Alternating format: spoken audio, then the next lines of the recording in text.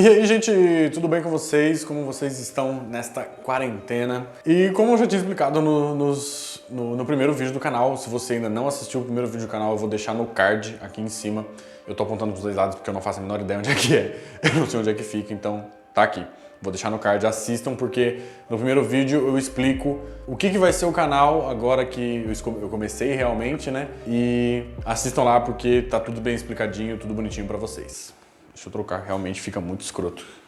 Então, gente, estamos começando então a primeiríssima série, a primeira playlist de vídeos do canal, onde eu vou falar, explicando, né? Não vou nem falar, vou explicar linhas cronológicas de inúmeras séries do cinema, séries que, né, que eu mais gosto, as sagas que eu mais gosto. E o único critério para sagas entrarem nessa playlist é não pode seguir a ordem de lançamento dos filmes.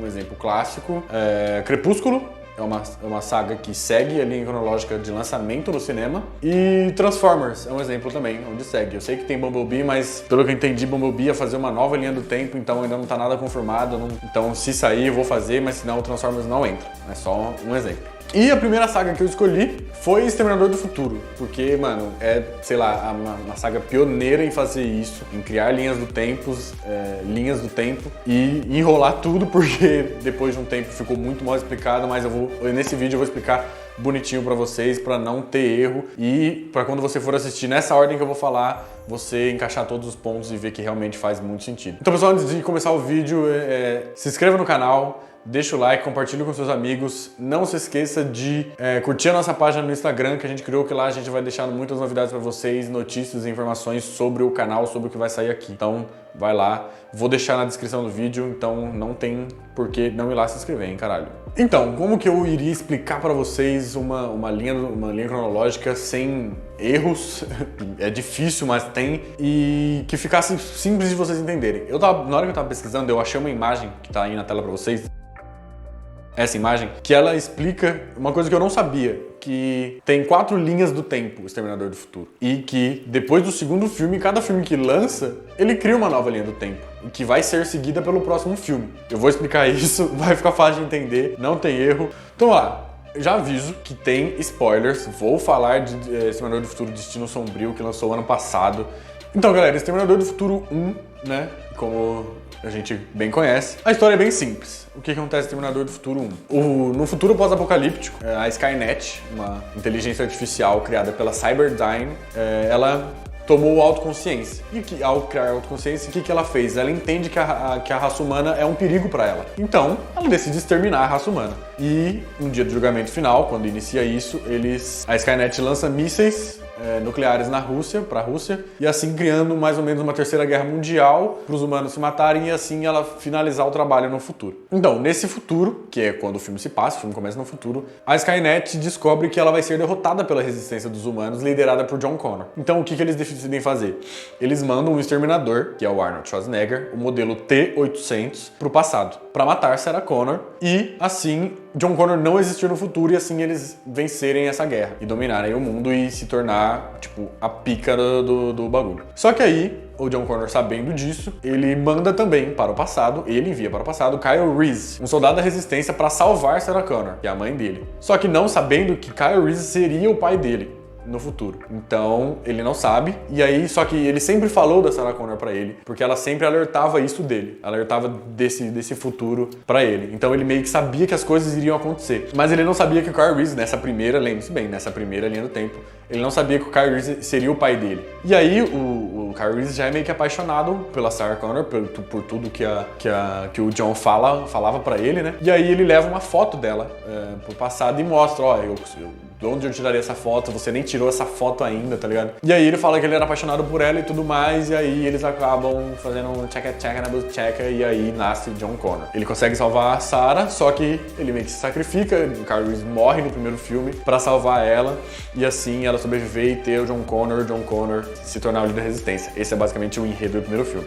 Uma curiosidade muito boa, cara, que eu fui descobrir quando eu fui pesquisar, o roteiro de Exterminador do Futuro, mano, foi vendido pelo James Cameron, que é o diretor dos 2 primeiros filmes e de Destino Sombrio. Lembre-se disso, James Cameron, ele que criou tudo, né? A ideia foi dele. Foi vendido por $1, mano. E o orçamento do Exterminador do Futuro 1, mano, foi de 6,4 milhões, cara, de dólares. Tipo, que muito pouco. Então, foi um filme barato e rendeu pra porra, e por isso, mano, muito bom e rendeu as continuações que eu já vou explicar a seguir. Então chegamos no Exterminador do Futuro 2, O Dia do Julgamento Final, que se passa em 1997, né? Então o primeiro filme se passa em 84 e em 1997, onde John Connor já nasceu e ele é um adolescente. Ele ainda não sabe, né?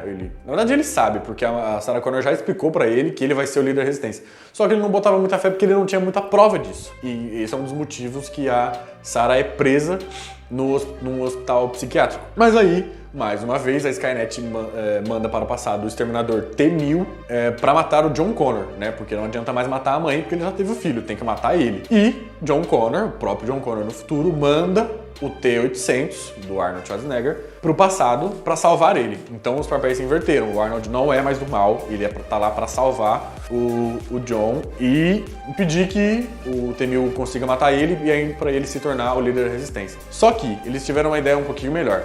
Eles libertam a Sarah do hospital, né? Ela já sabe de tudo, então tipo, ela sabe que ela não tá louca. E aí o que eles resolvem fazer? Ela já sabe do dia do julgamento final, certo? Então o que eles decidem fazer? Eles decidem acabar com o dia do julgamento final. Vamos eliminar tudo que a Cyberdyne tem sobre a Skynet pra nada disso acontecer. Então eles vão lá, eles destroem todos os arquivos da Cyberdyne, tem sobre a Skynet, que é o que eles estão construindo. E no final do filme, depois de matar o T-1000, o Arnold se auto-extermina, porque senão ele vai ser a única presença da Skynet no passado, que não pode existir. Então ele se mata, e aí no final do filme a gente entende que o dia do julgamento final acabou, não vai existir dia do julgamento final. Mas aí a gente chega em Terminador do Futuro 3, A Rebelião das Máquinas, onde a gente descobre que o dia do julgamento final foi simplesmente adiado. Calma lá, vou explicar por quê. O filme se passa em 2004, onde o John Connor é um adulto vagabundo, faz porra nenhuma da vida, ele sabe da importância dele da humanidade, mas ele não faz nada, meio que pra mudar isso, sabe? E aí, nessa linha do tempo, criada em Exterminador do Futuro 2, lembra do que eu falei, depois do 2, cada filme cria uma linha do tempo. Então, tem a linha do tempo do 1, ela segue, tem a linha do tempo do 2, que começa na linha do tempo do 1 e ela cria essa outra linha do tempo onde se passa o 3, porque o dia do julgamento final foi adiado. Eles acham que eles cancelaram, mas foi adiado. E aí, nessa linha do tempo nova, que sucede os eventos do 2, John Connor morreu no futuro. Então, o que acontece? A Skynet manda a Exterminadora, a TX, para o passado, para 2004, para matar Catherine Brewster. Quem que é Catherine Brewster? Ela é a mulher de John Connor e é ela quem manda T-850, que é o novo modelo do Arnold, para salvar os dois. Não, agora a missão não é simplesmente salvar o John, é salvar os dois, porque ela vai ter muita importância na resistência. Então é ela que manda. E aí, ela manda o T-850 e ele consegue, né, finalizar a TX e salvar os dois. Só que ao mesmo tempo, eles descobrem que o dia do julgamento final já começou. As máquinas, a Skynet já está se rebelando, né? Então, ele consegue salvar eles, colocar os dois num bunker, e aí, a partir dali, vai começar o futuro pós-apocalíptico que a Sarah Connor tanto previu e que realmente aconteceu, porque eles só adiaram o dia do julgamento final. Então é basicamente isso, é bem simples de entender essa trilogia original. Então, pessoal, a gente chega ao Exterminador do Futuro 4, A Salvação, que não tem mais os números, agora é só Exterminador do Futuro, A Salvação. E, nesse filme, ele ocorre logo depois do julgamento final. Então já está no futuro pós-apocalíptico, já está na guerra entre humanos e máquina, Resistência versus Skynet. E ele se passa em 2018, onde John Connor, interpretado por Christian Bale, ele ainda não é o líder da Resistência, lembre disso, ele ainda não é o líder da Resistência, mas ele tem grande influência na Resistência. Por quê? Porque ele sabe do que vai acontecer, de todo o aprendizado que a mãe dele e os exterminadores passaram para ele. Então ele sabe basicamente tudo que vai acontecer, até onde a Skynet vai. E ele sabe também que ele precisa conhecer Kyle Reese. Lembre-se bem, Kyle Reese é o pai de John Connor, que era, na época que ele mandou, era mais novo. Então, depois que passou tudo isso, Kyle Reese não tinha nascido ainda. Lembre-se disso, não tinha nascido ainda. Então ele precisava encontrar Kyle Reese, porque ele sabia que no futuro ele iria precisar dele para mandar ele pro passado, para salvar a mãe dele. E assim criar todo esse looping. Então ele precisa encontrar o Kyle Reese. E o Kyle Reese está em Los Angeles, né? Ele encontra o primeiro cyborg né, da série, que é o Marcus, interpretado pelo Sam Worthington. Só que ele não sabe que ele é um ciborgue, né? Ele deu o corpo dele para experimentos da Cyberdyne. E aí o que acontece? Ele encontra o John e o Kyle Reese foi capturado pela Skynet para matar ele e saber, mano, ele é o pai do John, a gente não pode deixar o John Connor enviar ele pro passado. E aí o Marcus avisa o John de que ele está lá, na central da Skynet, e assim ele vai lá para salvar ele, porque ele fala, caralho, eu preciso dele, ele é meu pai, só que ele não sabe disso ainda. E o mais interessante nesse filme é quando aparece, quando o John Connor descobre que a Skynet estava começando a projetar o T-800. Na cena que ele luta, que aparece o Exterminador com o corpão monstro do Arnold Schwarzenegger, né? É a primeira vez que ele luta com o T-800 no futuro, né? Sem ter sido mandado passado, mas ele já sabia que iria ter números, né? Porque você vê nas cenas ele dentro de uma fábrica de construção de T-800. Então é nesse filme que meio que o T-800 é criado no futuro. E no final do filme, né, o que acontece? O John consegue derrotar e explodir a base da Skynet e sobreviver. Então a gente entende que a Skynet acabou, não vai ter mais esse negócio de mandar ninguém pro passado, então em tese ele não precisaria mandar o Kyle Reese, né? Mas a gente sabe que não é isso que acontece. Já vou explicar pra vocês o porquê. Então a gente chega em Exterminador do Futuro Genesis, né? Como você preferir, que é uma bosta. Mano, sinceramente, ó, vou falar a real pra vocês. Pra eu fazer isso, eu assisti todos os filmes nessa ordem que eu acredito ser a correta. E eu falei, não, vou assistir, vamos prestar atenção, vamos ver o que acontece. Eu nunca tinha assistido Exterminador do Futuro Genesis, porque desde quando lançou eu ouvi falar muito que era ruim. Já tinha assistido todos os outros, menos esse. Eu falei, tá, mano, vamos assistir porque eu quero falar sobre isso, eu gosto muito de Exterminador do Futuro e é legal, né?